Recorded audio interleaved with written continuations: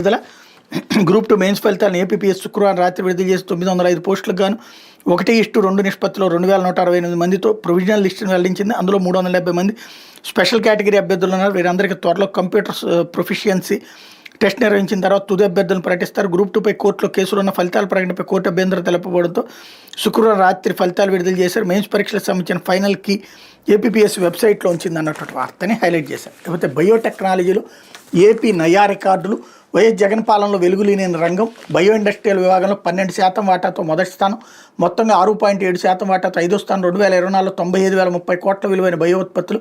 PLI scheme కింద లైఫజ్ penicillin ఉత్పత్తితో పాటు 8 ఫార్మా క్లస్టర్లు. ఇండియా బయో ఎకానమీ నివేదిక 2025 వెల్లడి. బయోటెక్నాలజీ రంగంలో ఆంధ్రప్రదేశ్ వేగంగా దూసిపోతుంది.